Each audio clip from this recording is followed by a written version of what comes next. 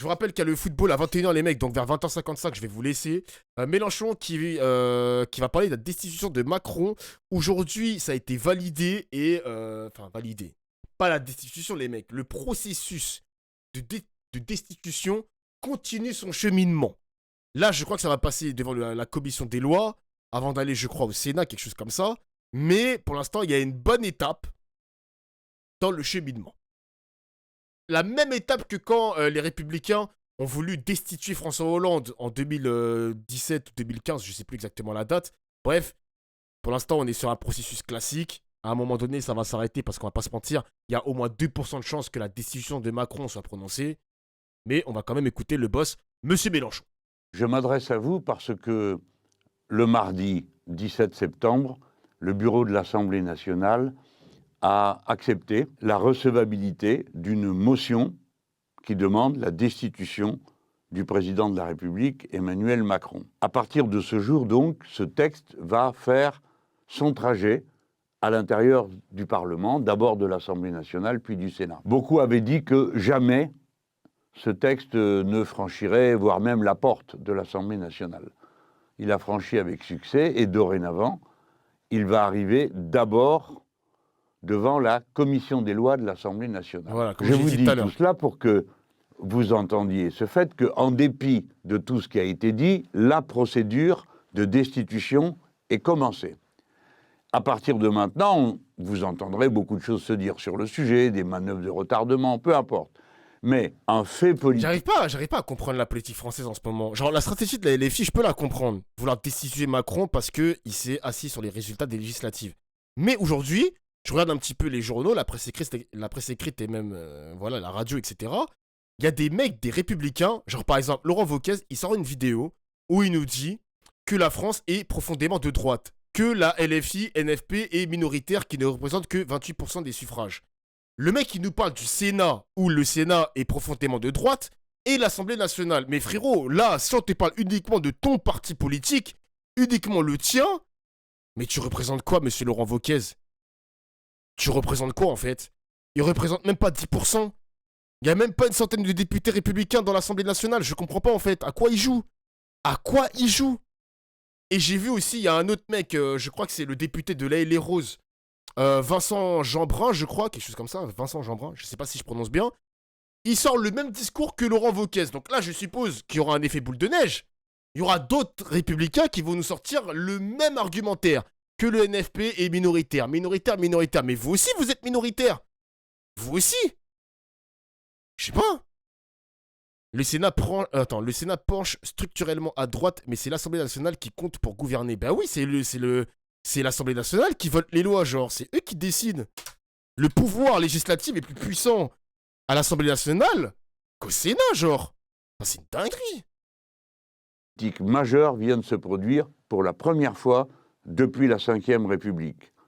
Une motion de destitution du président de la République est transmise à une assemblée. Alors, il faut bien comprendre et se souvenir que ce n'est pas du tout une manière habituelle de traiter les problèmes que de demander la destitution du président de la République. Il faut aussi que des circonstances un peu exceptionnelles le rendent possible. En l'occurrence, la majorité du bureau de l'Assemblée nationale est nouvelle et c'est elle qui a permis que ce document soit déclaré recevable et commence son parcours parlementaire. Mais le plus important, c'est d'abord le fait que le président de la République a posé un acte absolument inadmissible, absolument contre-démocratique, absolument contre-républicain. Lequel? Avoir refusé le résultat de l'élection. Alors ici et là, des gens en conviennent, mais ensuite ils ne font plus rien qui soit à la hauteur de l'événement dont ils ont pourtant pris conscience. Si nous sommes un peuple libre, si nous vivons dans un état de droit, avec un système institutionnel, même si on le critique, eh bien du moins doit-on demander que la règle démocratique de base soit respectée. C'est la première tâche de tous ceux qui ont une responsabilité en France que d'assumer le respect de cette règle de base. Laquelle? Le respect du souverain, c'est-à-dire du peuple, c'est-à-dire du suffrage universel. Ce n'est pas nous qui avons décidé de dissoudre l'Assemblée C'est nationale. vrai. D'ailleurs, il y a un rapport qui parlait des dépenses liées à la dissolution. Je crois que ça a coûté 20 millions d'euros, je crois, à l'État français. Parce que tu sais, il faut refaire des élections, etc. Ça coûte de l'argent, de l'investissement. Faut refaire des élections, quoi. 28 millions d'euros, pardon, excusez-moi le chat. Vous avez les chiffres, vous avez de meilleurs chiffres que moi. Excusez-moi, vous lisez la presse. Mieux que moi, d'ailleurs. Mais Macron, encore une fois, il s'est... En fait, j'ai l'impression que le meilleur ennemi de Emmanuel Macron, ce n'est pas l'extrême droite, parce qu'il le revendique, il le répète à chaque fois, mais c'est la gauche, gros. À quel moment tu ne nommes pas Lucie Casté? Elle se fait censurer, tant pis pour elle. On continue, parce que c'est la démocratie, c'est le jeu, tu vois ce que je veux dire. Là, tu nommes quelqu'un d'autre, et après, la gauche se reconstitue, la gauche repense sa stratégie, peu importe, genre peu importe. Mais là, j'ai l'impression que Macron, il voulait vraiment, mais vraiment, tuer la gauche avec cette décision. Parce qu'au final, tu auras des mecs de l'aile droite du PS vont être plutôt assez pro-Barnier en mode ah, peut-être qu'on pourrait travailler avec Barnier. On sait pas, peut-être. Peut-être, on sait pas. Mais il est là pour diviser la gauche. L'extrême gauche, non. Mais ça l'intéresse pas, la gauche. Le mec, il allait parler à Cazeneuve, qui est le moins gauchiste des gauchistes. Il est plus à droite que possible. Bernard Cazeneuve lui-même a dit « Je vais abroger la réforme des retraites ». Macron, il a dit « Ben non, casse-toi. Ça m'intéresse pas. Casse-toi, gros. Casse-toi. » Excusez-moi, Macron, son ennemi, c'est pas l'extrême gauche. Non, non, non, non, non. L'ennemi de Macron, c'est la gauche. C'est cette gauche de rupture qui le fait chier, genre.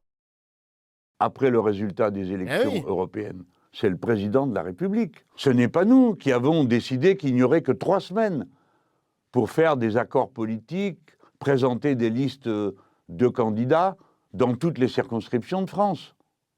C'est lui. C'est lui qui ne nous a donné que 3 semaines et qui ensuite a pris 3 mois, lui, pour désigner un Premier ministre qui a une caractéristique politique tout à fait claire. Laquelle? Eh bien, il est membre du parti qui a le plus perdu l'élection. Car si le président de la République a commencé par dire « personne n'a gagné », pour essayer d'effacer la victoire du nouveau Front populaire, il y a une réalité qu'il ne peut pas effacer, c'est que certains ont perdu. D'abord, le parti dont est membre M. Michel Barnier, qui est celui qui fait le score le plus petit, 5%. Et ensuite, ce sont les macronistes eux-mêmes. Et c'est pourtant eux qui s'apprêtent à gouverner, parce que le président de la République l'a décidé contre le vote du suffrage universel. C'est pourquoi c'est un événement d'une exceptionnelle gravité que cette décision du président de la République. Dans le monde entier paraissent des articles dans tous les journaux de stupeur devant ce qui se passe en France et qui ne se passe nulle part ailleurs dans les démocraties connues. Prenons un exemple parmi 100. Il aura fallu aux Allemands 8 mois pour se mettre d'accord sur un gouvernement de coalition. Putain.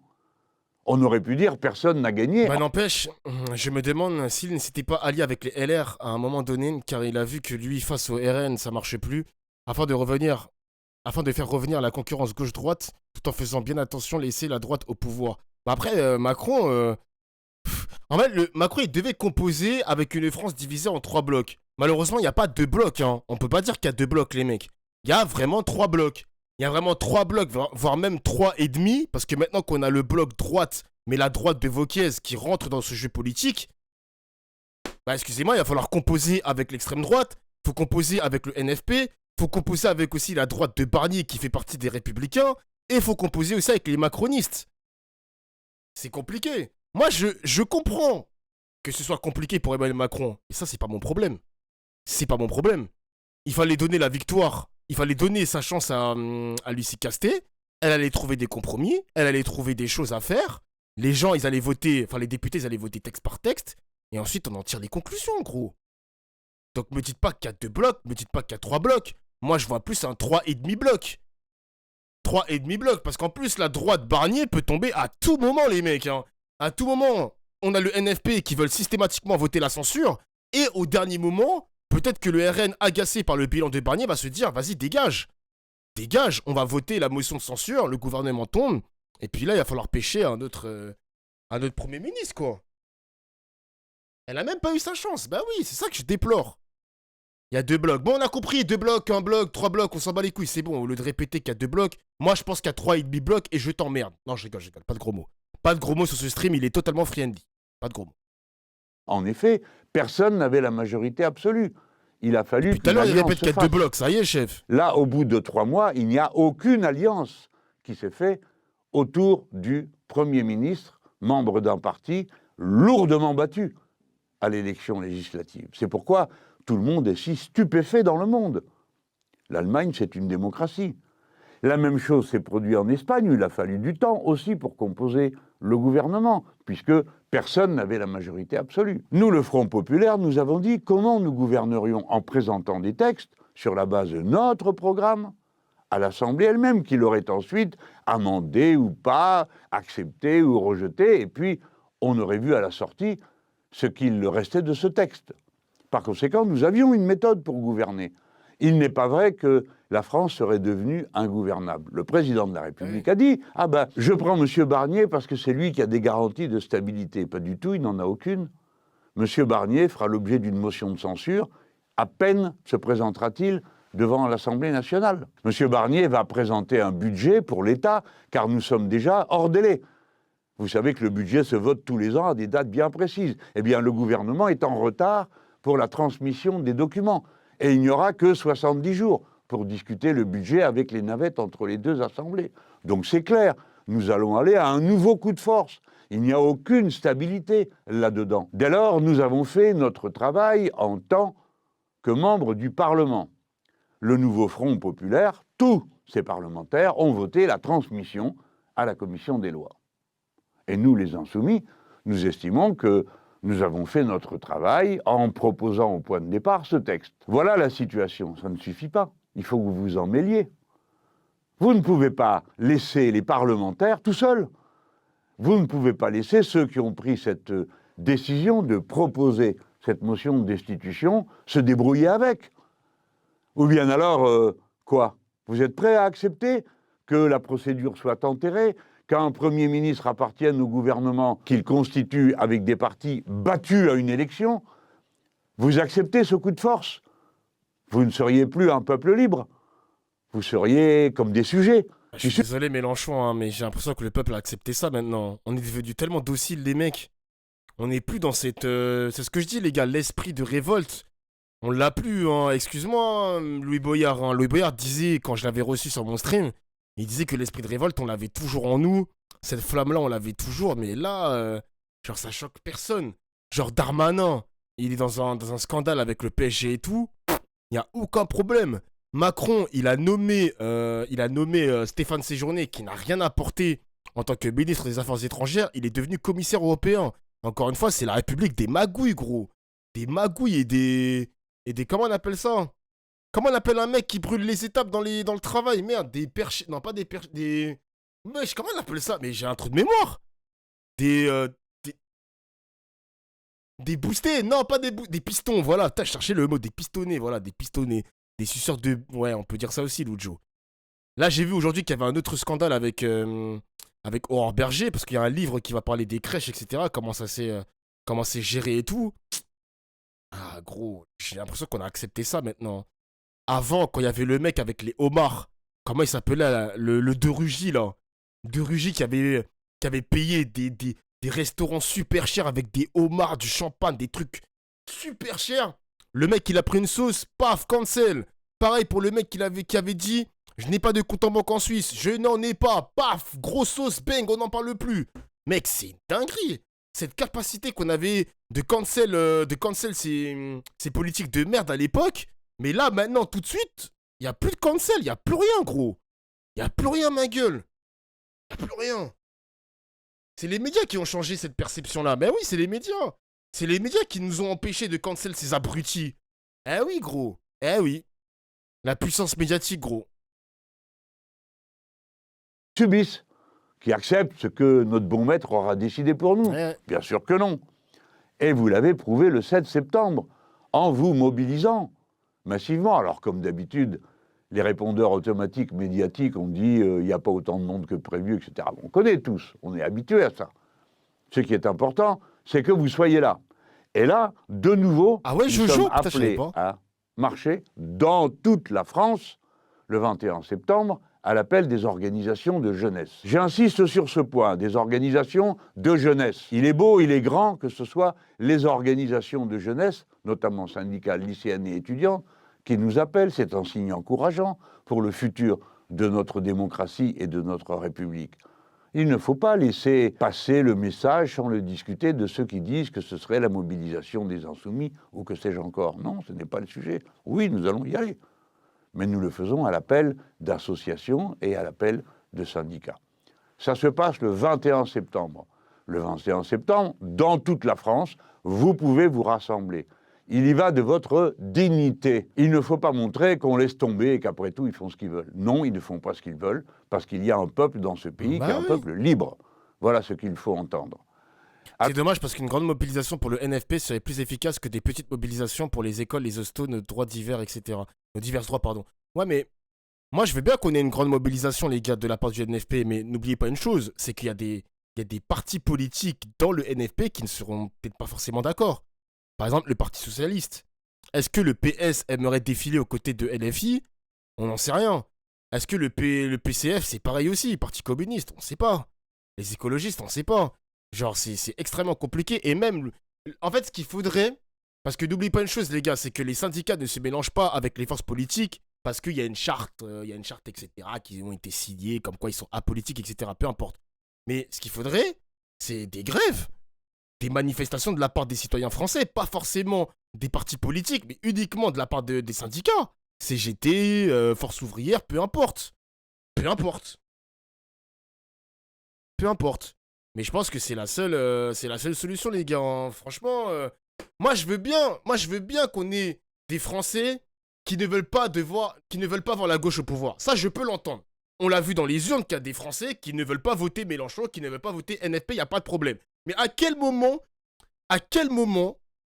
ils ne mettent pas aussi leur force dans cette bataille où faut faire la grève pour montrer à Macron que vas-y, il s'est assis sur les résultats, pour montrer que vas-y, le dernier, au final, il est premier. Donc là, je parle de Michel Barnier et de son parti de con. Mais qu'à un moment donné, c'est plus possible. Moi, je veux bien qu'on combatte la gauche, mais à un moment donné, c'est pas la priorité absolue. Ils sont même pas au pouvoir. Il y a pas que la gauche dans le système politique. Il y a pas que eux. C'est un truc de ouf quand même. Ils ont peur de l'instabilité. Ouais, mais gros, c'est pas possible ce qui se passe. C'est pas possible.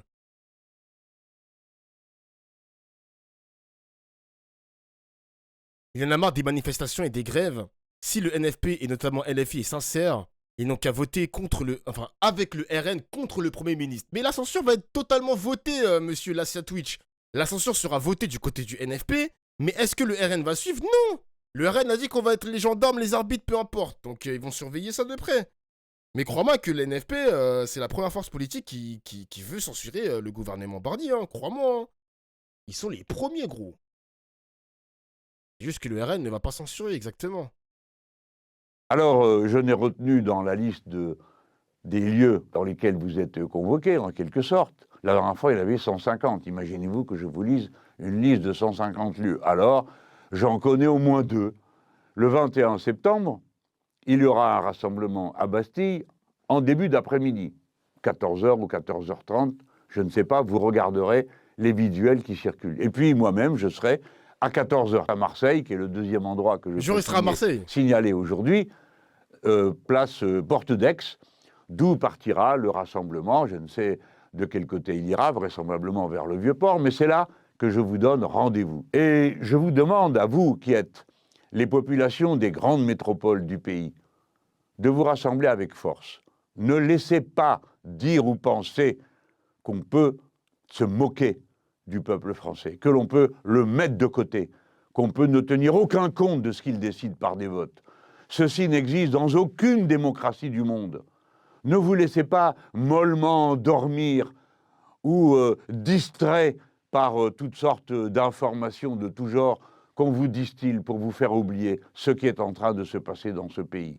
La démocratie, le système républicain est mis en cause par une seule personne, le président de la République. C'est lui qui a décidé la dissolution, c'est lui qui a décidé d'attendre 3 mois pour désigner un Premier ministre. C'est lui. Macron, il nous montre juste que toutes les forces politiques ne sont que des jouets. Mais mec, le moment où il avait fait cette fameuse phrase, il avait dit cette fameuse phrase, il y avait la dissolution, il a dit j'ai jeté une grenade dégoupillée entre les jambes des partis politiques, démerdez-vous avec ça.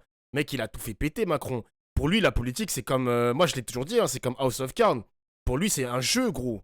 Pour lui, c'est un jeu. Il s'amuse avec les institutions, il s'amuse avec la démocratie, il s'amuse avec le peuple français, d'aller voter à droite à gauche, d'annuler ses vacances, de faire des procurations, de voir un petit peu le jeu politique, comment il va se dessiner, etc.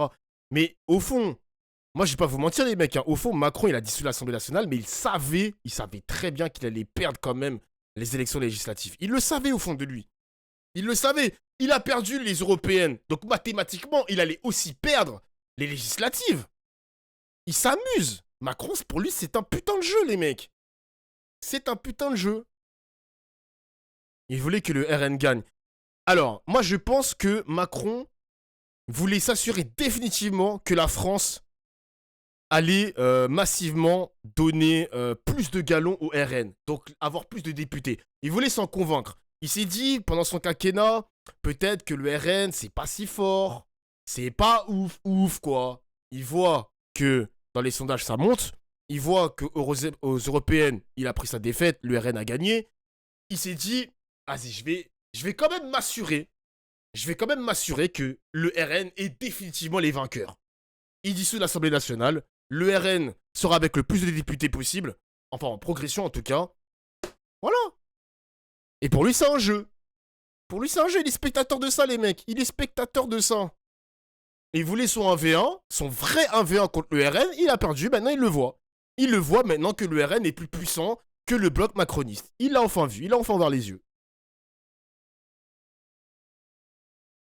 Ah là là là là, putain, c'est triste, hein. Et c'est là, encore une fois, que tu vois les limites de la 5ème République, quand même. Tu les vois, les limites.